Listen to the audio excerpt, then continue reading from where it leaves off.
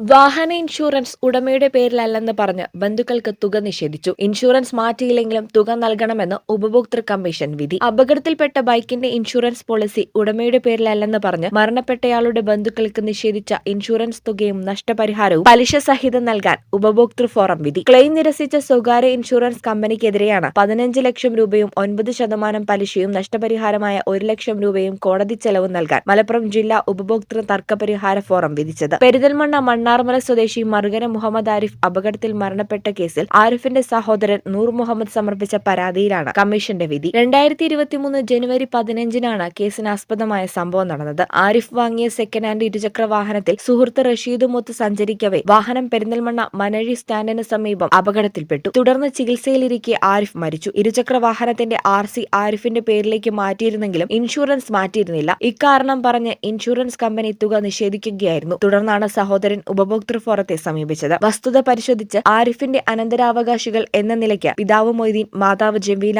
എന്നിവർക്ക് തുക നൽകാൻ ഫോറം കമ്മീഷൻ വിധിക്കുകയായിരുന്നു. ഈ ചാനൽ പെരിന്തൽമണ്ണ. നടക്കാവിൽ hospital academy of paramedical sciences, നടക്കാവിൽ hospital building, Valanchery, Malappuram. Phone number 04942084 010 7034 071111.